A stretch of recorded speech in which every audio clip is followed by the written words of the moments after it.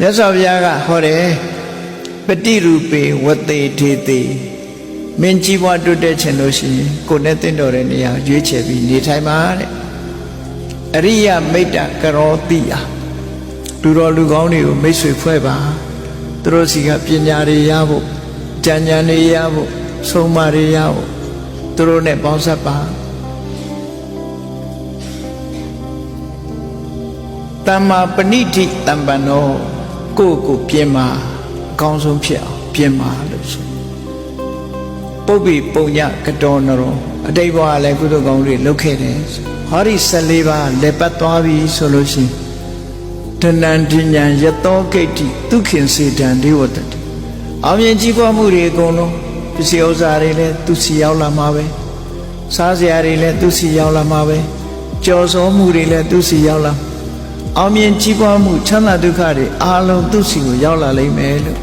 မြတ်စွာဘုရားဒီလိုဟောတာနော်အောင်မြင်ကြီးပွား14ပါးဆိုတာဒီလေးကိုဆိုလို့တယ်ပေါ့အဲ့ဒါကိုယ်တဏ္ဍာမှာရှိအောင်မရှိသေးရင်ရှိအောင်ကြိုးစားဖြစ်အောင်ကြိုးအပြင်အကြောင်းကတော့ရှားရမယ်အတွင်းအကြောင်းကတော့ကိုယ်တိုင်ကြိုးစားဖြစ်တယ်ပေါ့အရေးကြီးဆုံးကတော့အတ္တသမပဏိတိဟာအရေးကြီးဆုံးပဲကို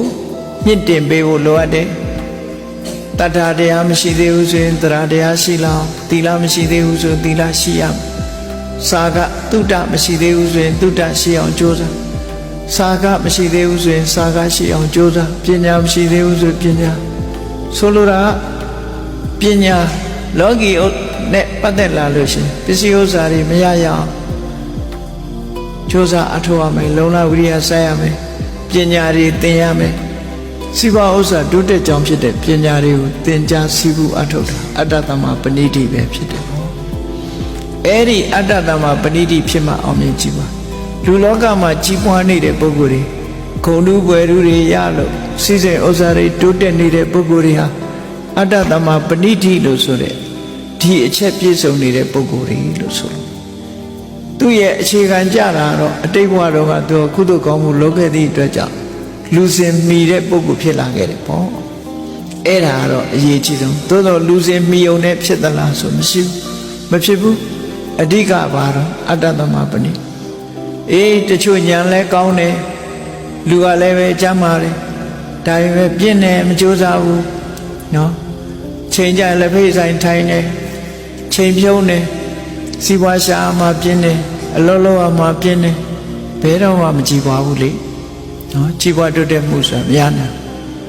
အချိန်ရှိသမျှမျက်စိဖွင့်နားဆွင့်ပြီးတော့ပညာလဲရှားတယ်အလုံးလဲကြိုးစားတယ်ဆိုတဲ့ပုဂ္ဂိုလ်တွေဟာထိတ်တန်းကိုရောက်လာစာရီများများဖတ်တယ်ပညာတွေများများရအောင်စီးပူးအထောက်တယ်အဲ့ဓာတွေအားလုံးဟာအတ္တသမပဏိတိတွေကြီးပဲဒီထဲမှာအတ္တသမပဏိတိရှိပြီဆိုရင်ကျန်တဲ့အရာတွေကတည်ငြိမ်မှုရှိတယ်အတ္တသမပဏိတိကတော့အမြဲတမ်းလှုပ်ရှားနေရမယ့်အရာပဲဖြစ်တယ်ပေါ့သူလှုပ်ရှားမှကျန်တာတွေကအသက်ဝင်လာအတ္တသမပဏိတိမလှုပ်ရှားလို့ရှိရင်ဘလောက်ပဲတင့်တော်တဲ့နေရာနေငပြင်းဟာငပြင်းပဲနော်ဘယ်လိုပဲလူတော်လူကောင်းနဲ့ပေါင်းပြီးဘလောက်ပဲဆုံးမငပြင်းဟာငပြင်းပဲအတ္တသမပဏိတိမရှိရင်တော့ကြီးပွားတိုးတက်မှုမရှိနိုင်ဘူးသူဟာအချက်ပဲအခရာပဲမန်တိုင်ပဲလို့ဒီလိုပြောလို့ရတယ်ပေါ့နော်